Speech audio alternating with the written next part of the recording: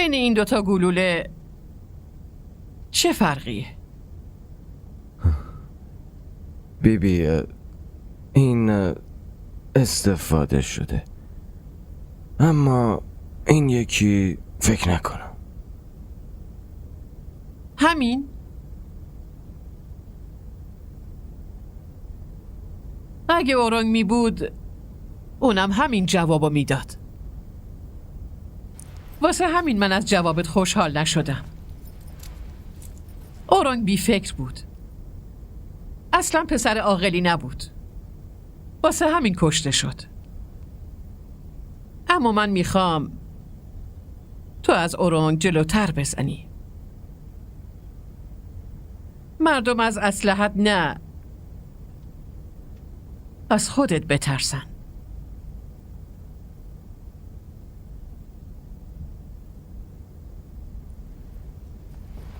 بین این دوتا گلوله فقط اون فرقی نیست که تو بهش فکر کردی.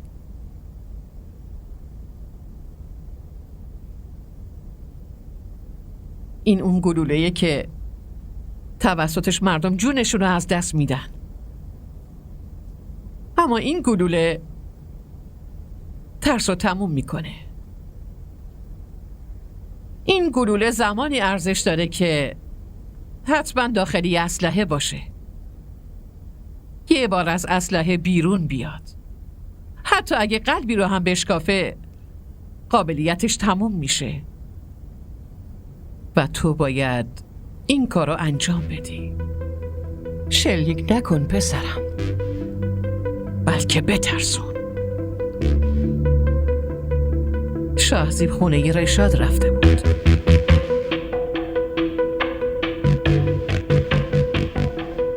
همون رشاد که بچه‌اش تحصیل کرده است؟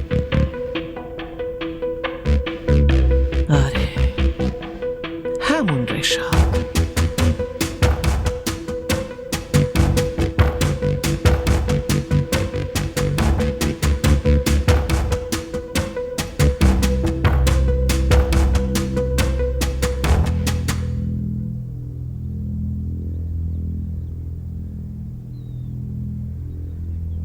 تو با رضایت خودت عقد کرده بودی؟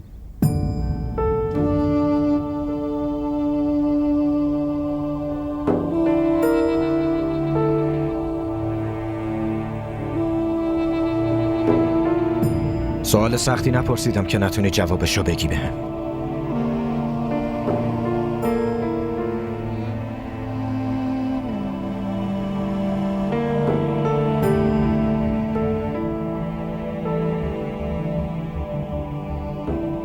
بگو آسیه، کسی ازت پرسیده بود؟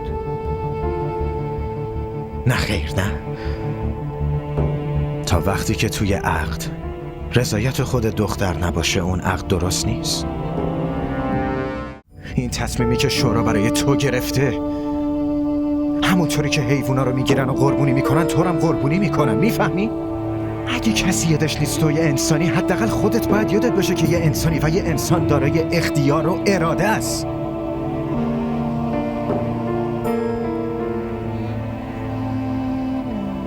وقتی هیچ کس به من به شکل یک انسان نگاه نمیکنه، من چطور باورش کنم؟ کسی فکر نمیکنه تا وقتی که خودت اینو حس نکنی که یه انسان هستی. اگه طبق حرفای اینا پیش بری تو رو درست قورت میدن، بهت رحم نمیکنن.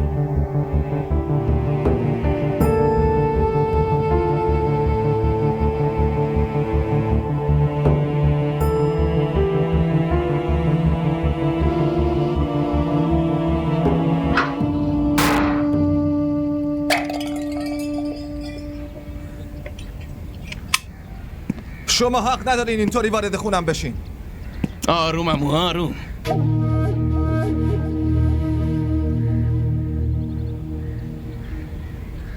آقا سلیم،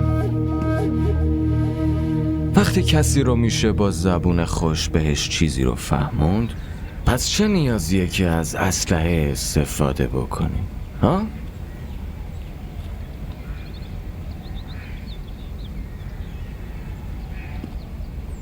عمو، من واقعا نمیخواستم اینطوری وارد خونه تو بشم، میدونی که. اما اگه منم با مهربونی وارد خونت میشدم، اینا فکر میکردم واسه اجاره کردن یه اتاق برای مدرسه تا اینجا آمدم. مگه خودت خانواده نداری؟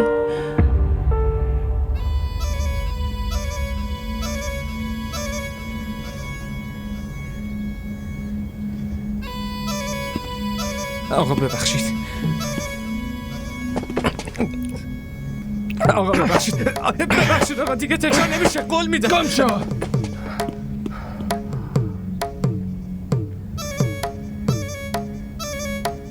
کفشامو بیار.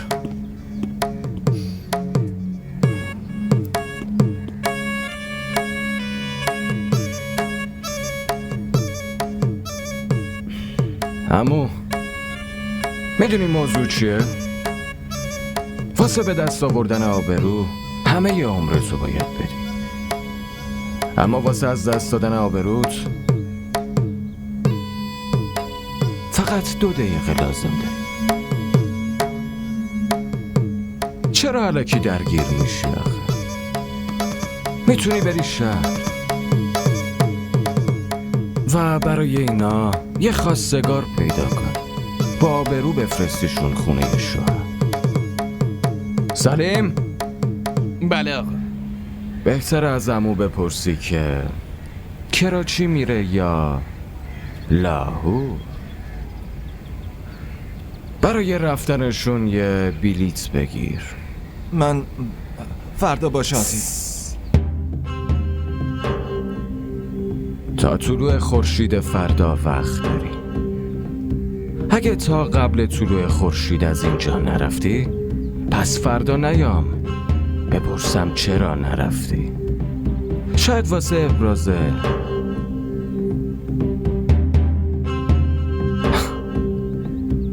تأسف اومدم اینجا همونجا. ها؟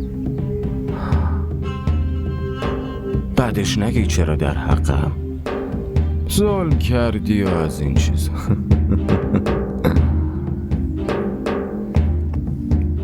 خدا نگهداره.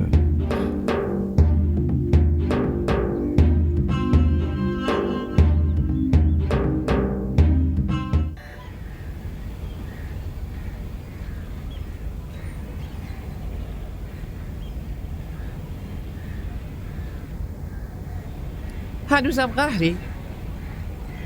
چرا خودتون اومدین؟ محکمه برگزار میکردین و صدام میزدین؟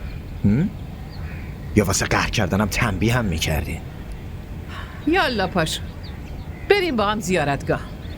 اونجا هم قراره کسی رو تنبیه کنی؟ باید برای کسی تصمیم بگیریم؟ نه خیر، واسه دعا میرم دعا کنم یا تو مثل من بشی یا من مثل تو بشم. هر دوتاش خیلی سخته، شاید هم غیر ممکن. بیبی نمیگم قهر تو تمومش کن،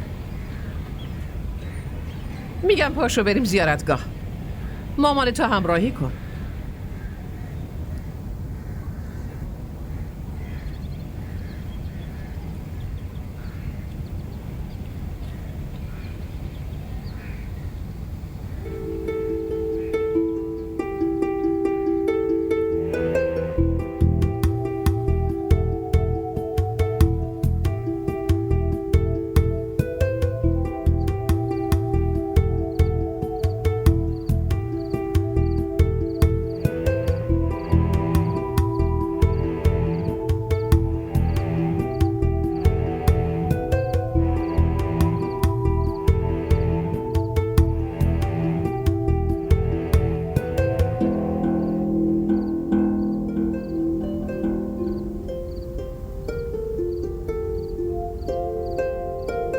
تو چرا نمیفهمی دختر؟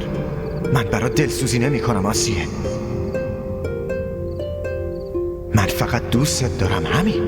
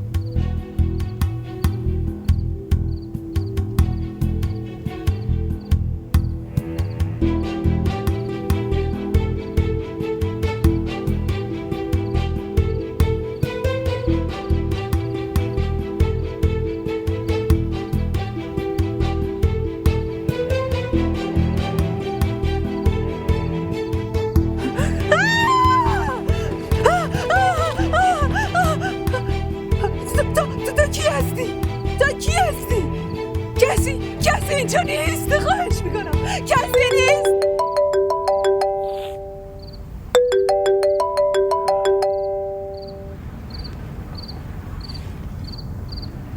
بله بفرمایید. مبشر زلیخا. چی شده؟ چرا داری گریه میکنی؟ چی بهت بگم؟ توی خونه ظلم بزرگی داره میشه. آسیه رو مثل یه آدم بیکس و کار گیر آوردن. چی شده؟ آسیه حالش خوبه؟ تو کی هستی؟ مراقب خواهش میکنم مراقب. بده التماس میکنم. خواهش میکنم بام کاری نداشته باش، التماست میکنم، خواهش میکنم. چی بهت بگم؟ آبروش روی خطره. تو خونم هیچ کس نیست. نه آقا جهانیست، نه شازی. میشنوید داره چطوری جیغ میزنه؟ بیچاره واسه کمک صدا میزنه، داره التماس میکنه، اما کسی کمکش نمیکنه. الان میام اونجا. نه تو نیا، آدم خیلی خطرناکیه. من از پشت نقابش چشماشو دیدم. من خودم هستم، من میرم. ممکنه زن آقا جهانو ببینه و عقب بکشه. تو نگران نباش، اگه منو بکشم مهم نیست. فعلا حفظ کردن آبروی آسیه خیلی مهمتره. تو نگران نباش، من مراقبش هستم. خداحافظ.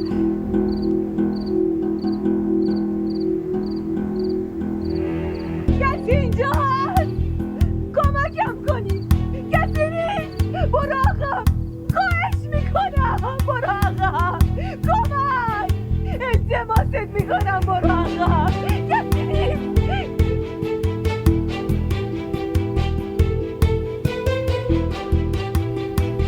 التماست میکنم، کاری نداشته باش، کمک، خواهش میکنم، کمکم کنی.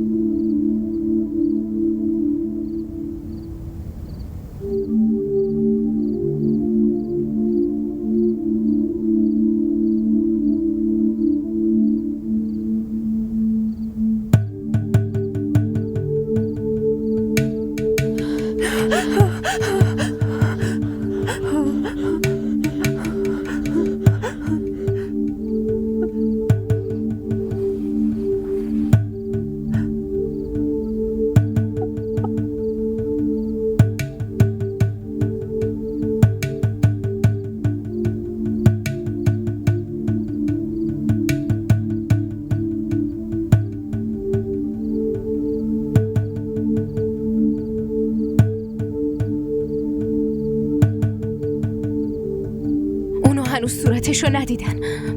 به نظر من فقط بیهوش شده، هنوز نمرده. لعنتی، ناز باید الان سر میرسید. باید یه کارش بکنیم.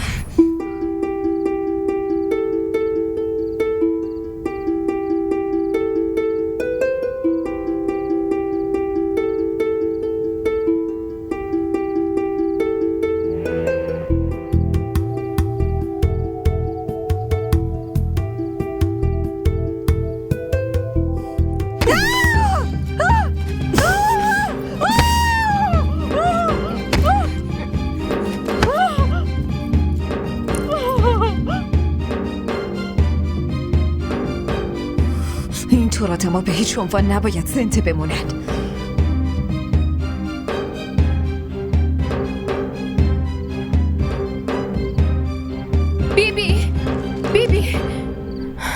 بیبی مصیبت بزرگی سرمون اومد. چی؟ چی شده؟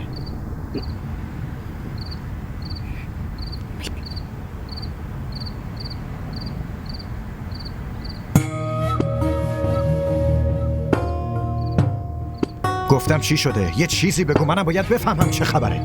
چیزی نیست، مسائل زن است، حلش میکنم. تو برو توی اتاقت.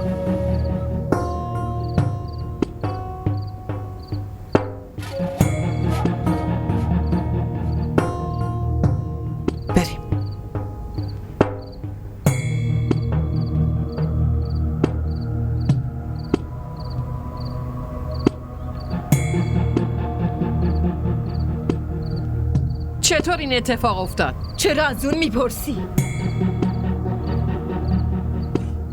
صاحب این خونه شمایی. کی باید زنده باشه و کی باید بمیره اینا رو غیر از شما هیچکی تصمیم نمیگیره. بدون رضایت شما که کسی اجازه مردنم نداره. هیچکی برای خودش حق تصمیم گیری نداره. من هر کاری میکنم، اما مخفی کاری نمیکنم. جلوی مردم میکنم.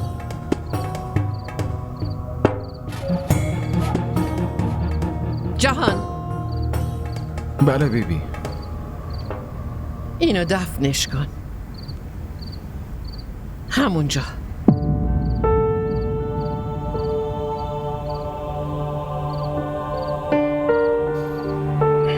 چشم.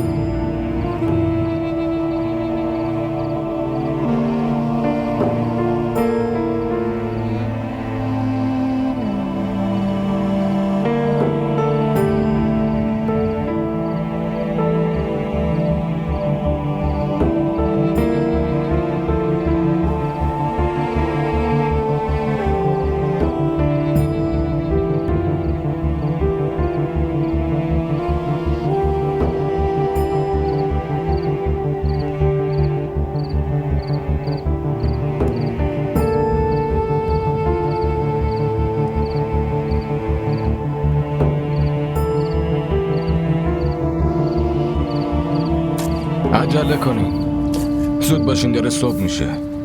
زود باشین.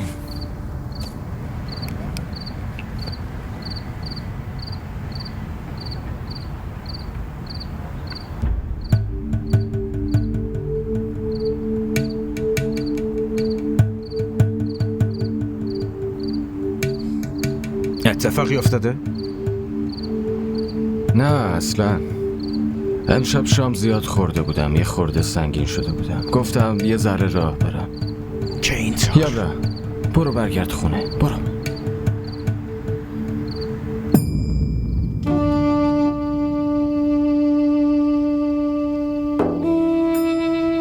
صاحب این خونه شمایی. کی باید زنده باشه و کی باید بمیره اینا رو غیر از شما هیچکی تصمیم نمیگیره.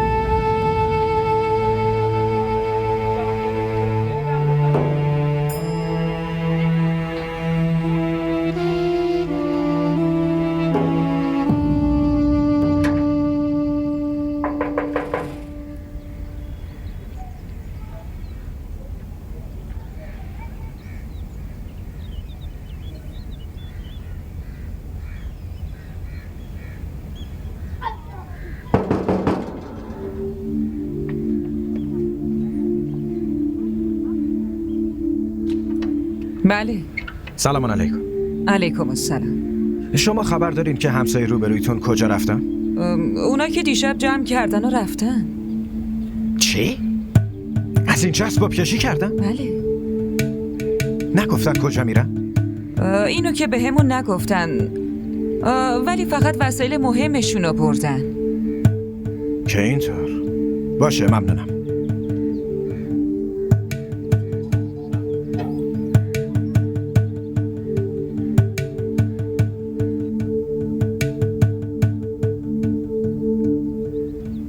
اون به سزاش رسید.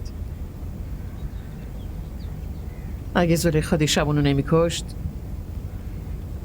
من با دستای خودم اونو می‌کشتم. این راز نباید از این خونه بیرون بره.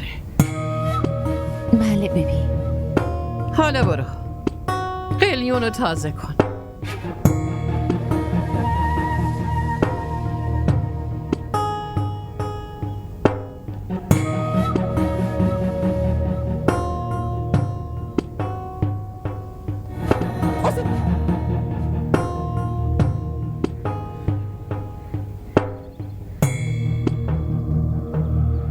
به چه اینطوری زل زدی؟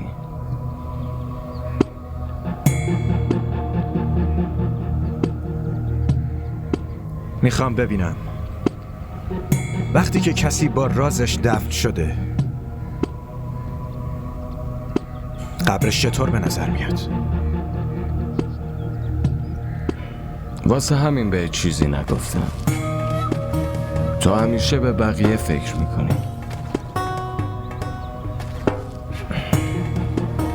اجبار خانواده خودتو اصلا درک نمی.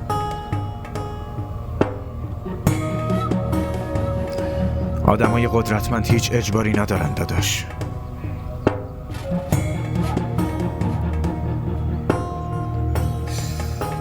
میدونی بزرگترین اجبارای قدرتمند اینه که قدرتش رو باید پایدار نگه داره، وگرنه آدمای دور و برش دیگه حسابش نمیکنن. میدونی که منتظرن کی اون ضعیف میشه تا بهش حمله کنن.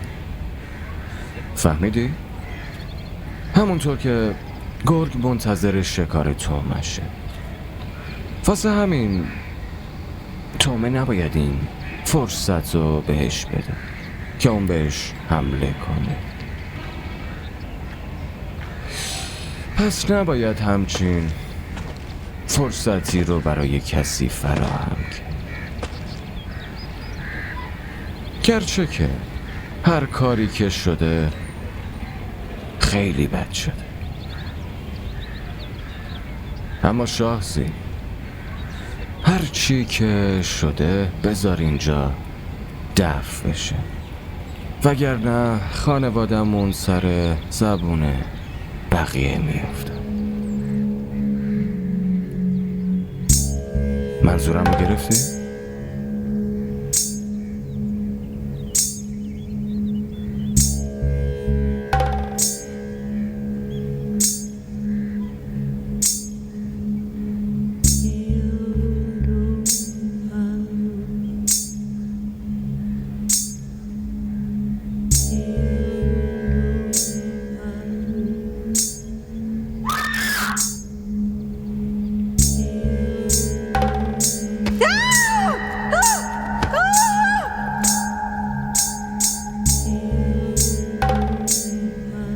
آسیه، آروم باش، آروم باش.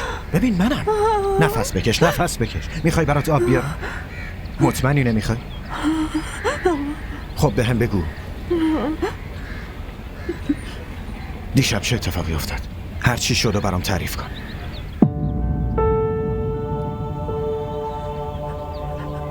نمیتونم. ببین آسیه، خودت یه چیزی میگی اما چشمات چیز دیگه ای رو میگن. من میخوام بهت کمک کنم اما اینجوری نمیتونم کمکت کنم. لطفاً بهم بگو دیشب چه اتفاقی افتاد. آفرین، بهم بگو دیشب چی شد؟ دیشب یه هیولا اومد توی اتاقم. رو کشتن.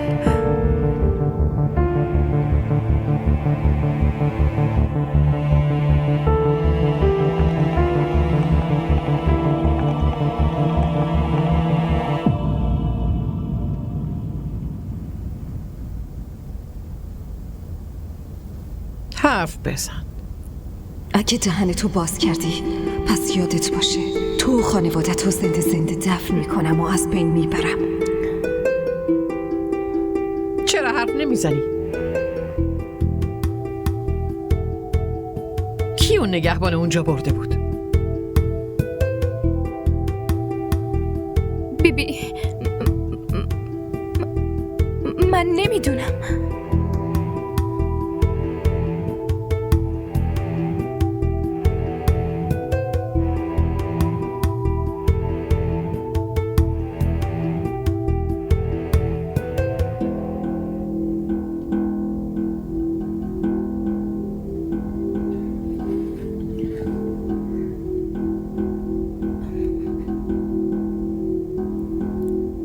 قسم بخور.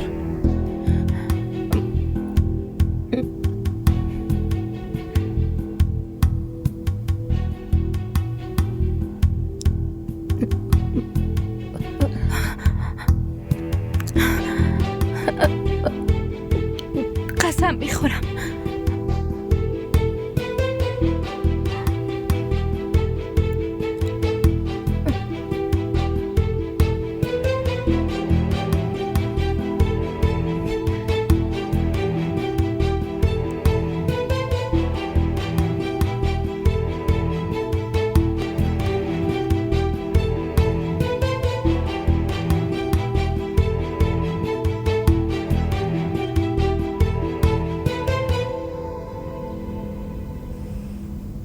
قسمت دروغ باشه خدا حسابشو ازت میگیره.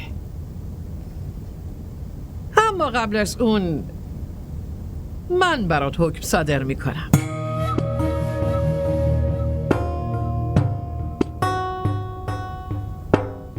حالا برو.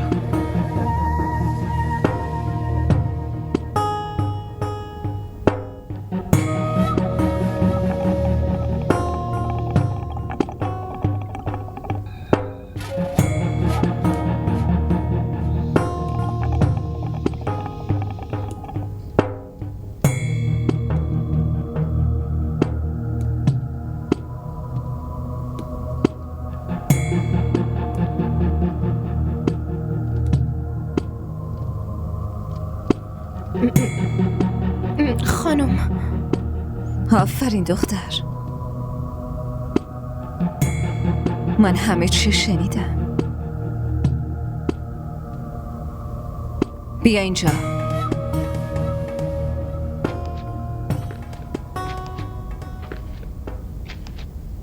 بگیر. نخیر خانم بهش نیازی نیست. بگیر دیوونه.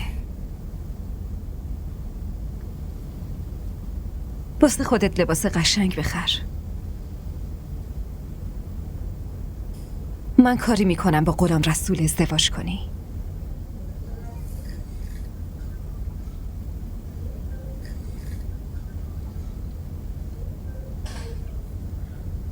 حالا چرا قیافت اینجوریه؟ اگه یه روز بیبی بفهمه که من قسم دروغ خوردم چی؟ تا وقتی دهنتو بسته نگه داری هیچ کس چیزی نمیفهمه.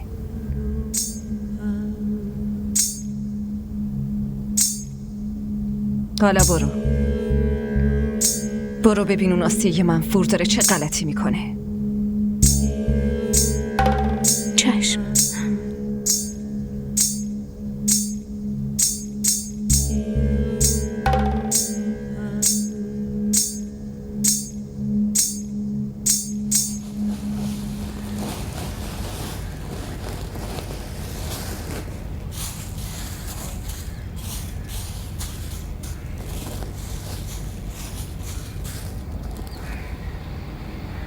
تو هنوز از اینجا نرفتی؟ چرا از اینجا نرفتی؟ من کجا برم آبجیناس؟ هر جایی میتونی، هر جایی. اما اینجا نمون. بیا اینجا، بیا دیگه. اینجا قاتلا زندگی میکنن، قاتلا یه روز تو رو میکشن. حتی جسدت هم کسی پیدا نمیکنه. جسدتو گم و گور میکنن. دیشب کار یه خدمتکار بود که فرار کردی، اما اگه یه روزی صاحبا اینجا کاری کنن منم نمیتونم کمکت کنم، نمیتونم کمک کنم. اینجا همه زمینا مال خودشونه. این آدم ها حتی به اندازه یه قبرم برات جا نمیذارن. تو رو شاید ببرن مثل آشغال پرتت کنن. حتی اثری هم ازت باقی نمیمونه و هیچکی هم ازت چیزی نمیفهمه. این آدم ها رو میکشن، یه جوری میکشن که هیچ ردی ازشون نمیذارن. هیچ کسی هم نمیفهمه. میشنوی نه؟ حرف منو میشنوی؟ آره؟ از اینجا فرار کن. این قفسی که توش هستی رو بشکن. فرار کن. از اینجا فرار کن. قبل از این که بکشنت فرار کن. فرار کن. باید همینجا بمونم و همینجا هم بمیرم. کجا برم؟ آخه عشقم رو ول کنم و کجا برم ها؟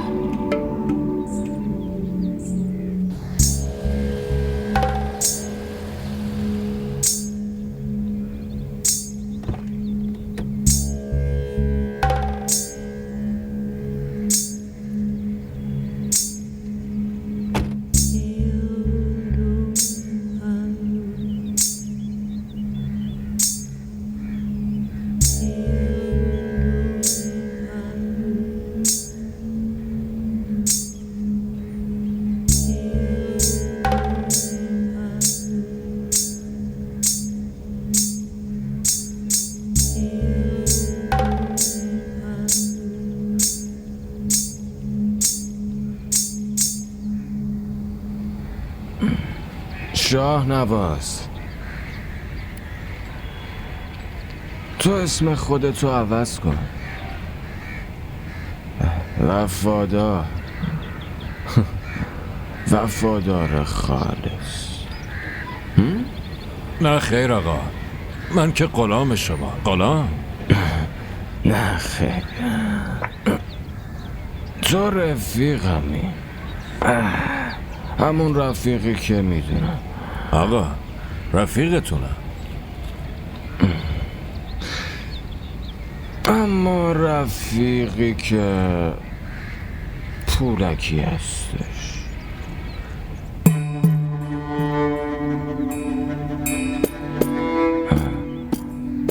تو واسه انقدر کار یه عالم پول ازم گرفتی. رفیق واقعی اینه که اصلا پول براش مهم نیست. بگو وفادار نیست نه؟ وفاداره. سلیم، تو وفاداری. حالا وفاداری کردی باید پاداش بگیری.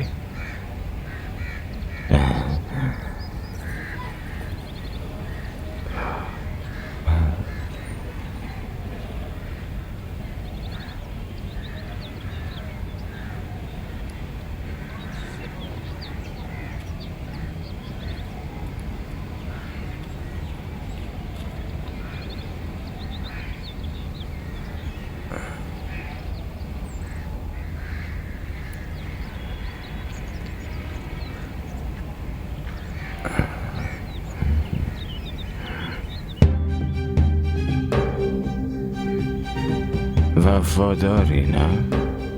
پسرم، آقا پسرم رو پیدا نمی کنم. آقا پسرم، آقا کمک کنی. این کیه دیگه؟ مادر نگهبانه.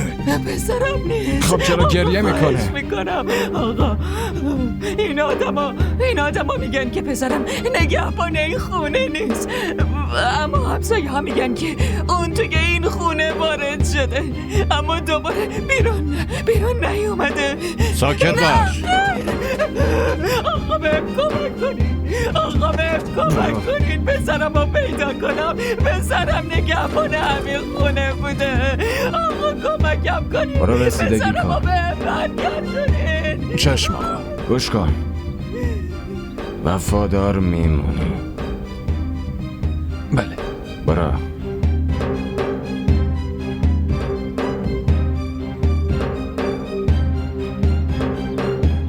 اگه پسرتون همش بخواد غیبت داشته باشه پس از درسش عقب میمونه. مگه چند روز شده که اومده درس بخونه ها؟ ممنونم. برادر سوالمو جواب ندادی. چی شده برادر؟ من بچه‌مو برای درس خوندن پیش شما فرستادم. واسه همینم اومدم پیشتون چون سر کلاس نیومده. از صبح که گم شده، هیچ اثری ازش نیست. گم شده؟ آخه چطور؟ صبحونه‌شو خورد و مادرش بردش مدرسه. بعد دوباره برگشت خونه. وقتی دوباره برگشت گریه میکرد. من پرسیدم پسرمون کجاست؟ میگه هرچی گشتن نتونسته پیداش کنه. بابا ما باید چی کار کنیم آخه کجا رو بگردیم؟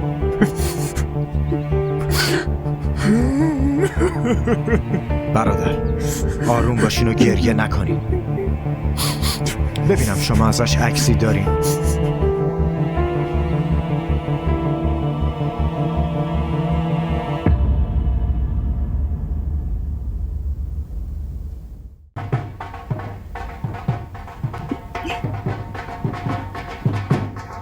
عروسی دختر عمو صادقه. آره آقا، واسه همین دارن به هول میزنن. امروز خیلی سرحال تری. منظورم اینه که خوب به نظر میرسی.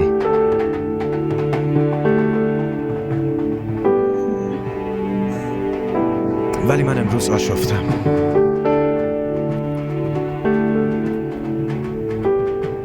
چرا؟ چی شد آقا؟ از مدرسم یه بچه گم شده. به همین دلیل همه خانواده ها میخوان بچه هاشون رو سر کلاسم نفرستم. الان چی میشه؟ نمیدونم. شما ناراحت نباشین آقا شاسیم. بریم 2 رکعت نماز حاجت بخونیم. خداوند همه چی رو درست میکنه. آره درست میگم. شما میدونین که توی روستای ما یه بره کوچولو گم شده بود. انقدر دنبالش گشتیم اما آخر پیداش نکردیم. بعد مامان شب 2 رکعت نماز حاجت خوند و فرداش خودش برگشت خونه. خودش برگشت؟ آخه چطوری؟ اینو که نمیدونم اما خودش برگشت. شما هم 2 رکعت نماز بخونین. بچه خودش میاد خونه. اگه خودتون نمیخونین من به جای شما میخونم. درسته.